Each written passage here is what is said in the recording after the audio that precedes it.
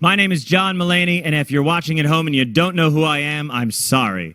I am like Louis Farrakhan. I mean a lot to a small group of people.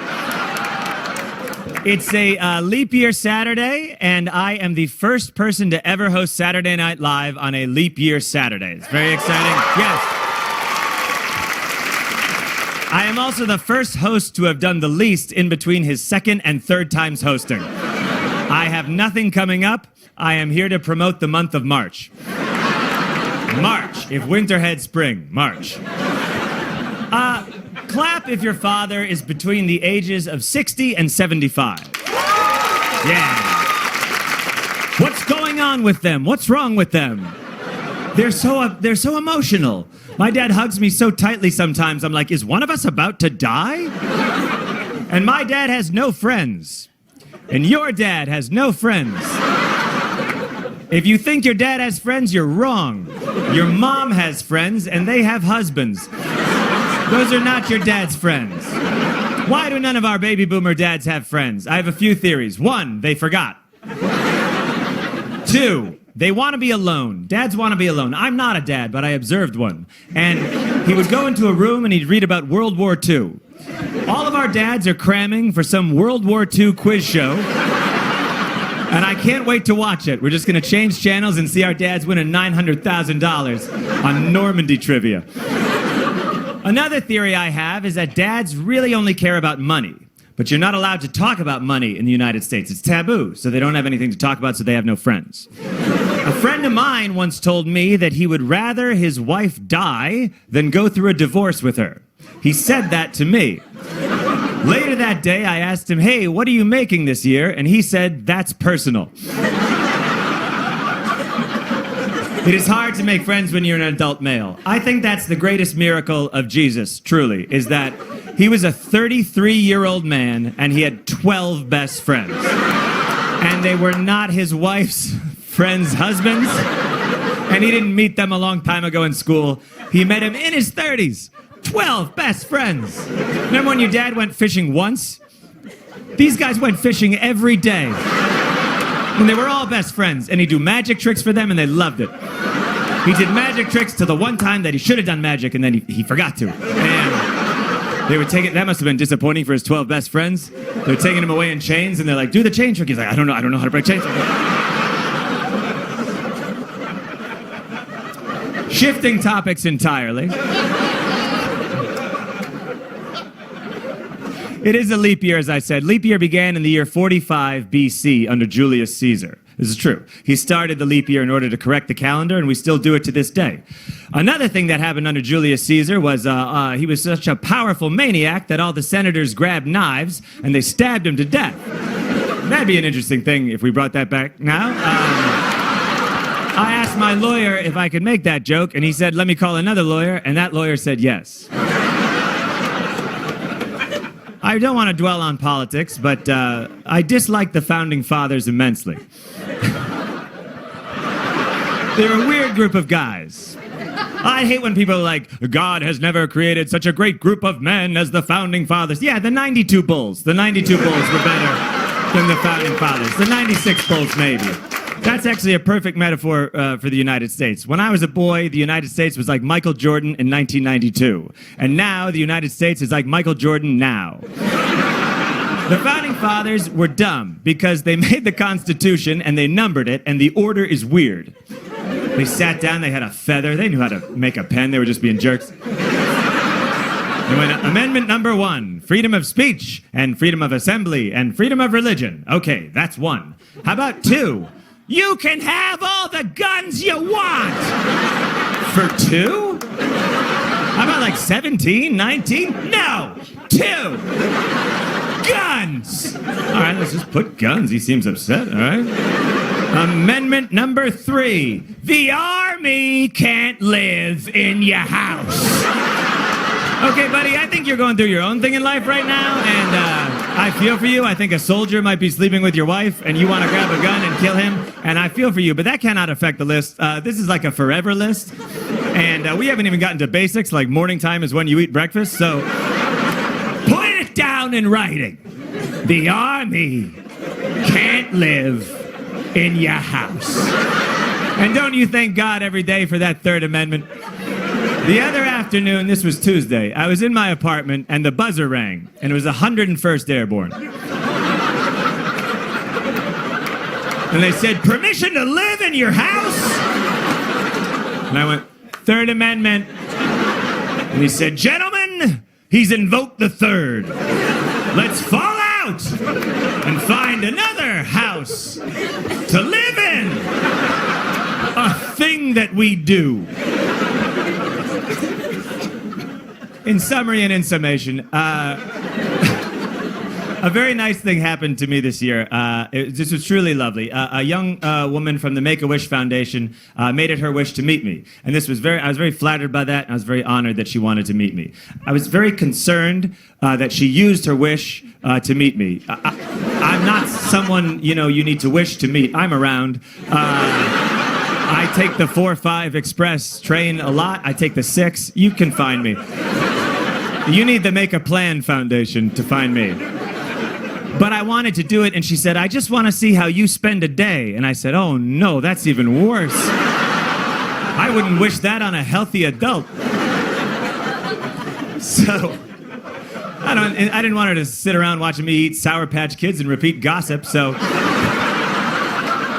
I brought her here to Saturday Night Live, because I still had my ID badge. And I bring her into the studio, her name was Elizabeth, and they were rehearsing a big political sketch, and Lin-Manuel Miranda's in the sketch, playing Julian Castro. It's very exciting. And she sees Lin-Manuel Miranda, and she says, is that Lin-Manuel Miranda? And I go, yeah, you want to meet Lin? I didn't know if he went by Lin or Lin-Manuel, and I don't know him. But I said, come on, let's go. So I go up, I go, hey, Lin-Manuel. This is Elizabeth, Lin-Manuel, and he was so nice to her, and he took a photo with her, and it was really a beautiful moment.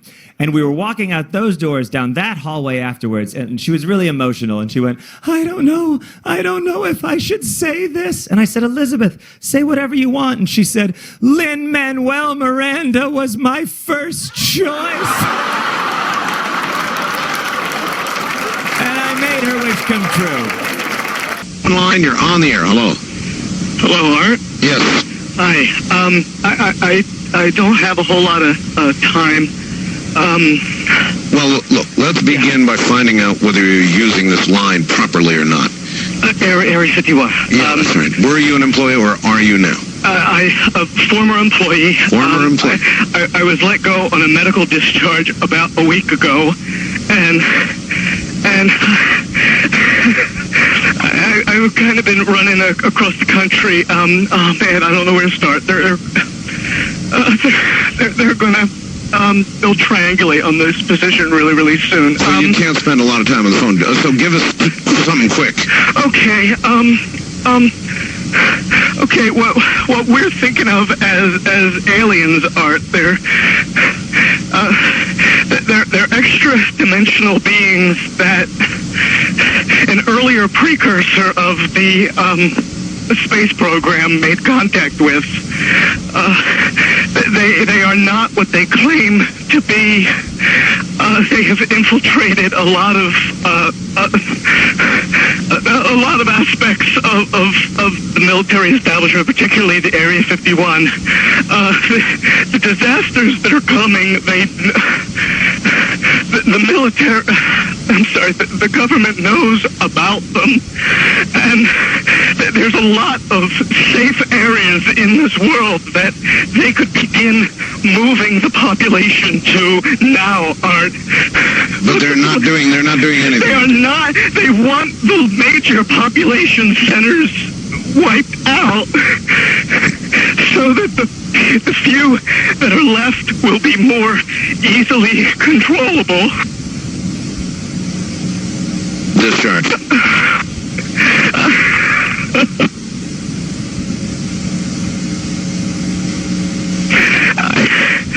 I started getting... Adia, I do believe I failed you.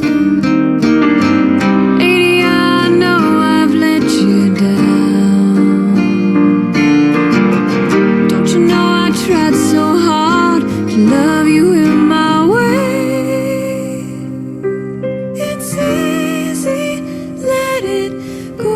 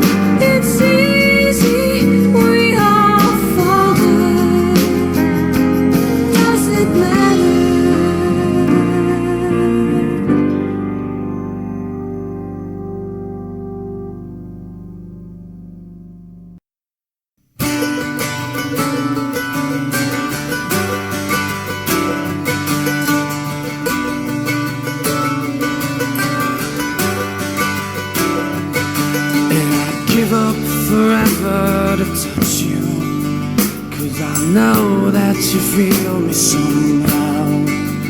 You're the closest to heaven that I'll ever be, and I don't wanna go home right now. And all I could taste is this moment, and all I can breathe is your light. And sooner or later it's over, I just don't wanna miss you tonight.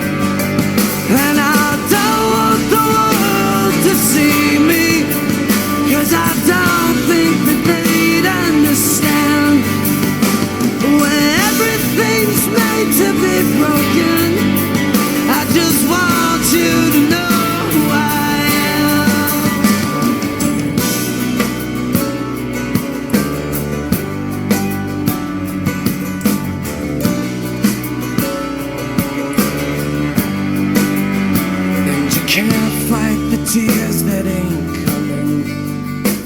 the moment of truth in your lies. When everything feels like the movies. Yeah, you bleed just to know you're alive. And I don't want the world to see me, 'cause I don't think they'd understand. When everything's made to be broken, I just want you to know who I am.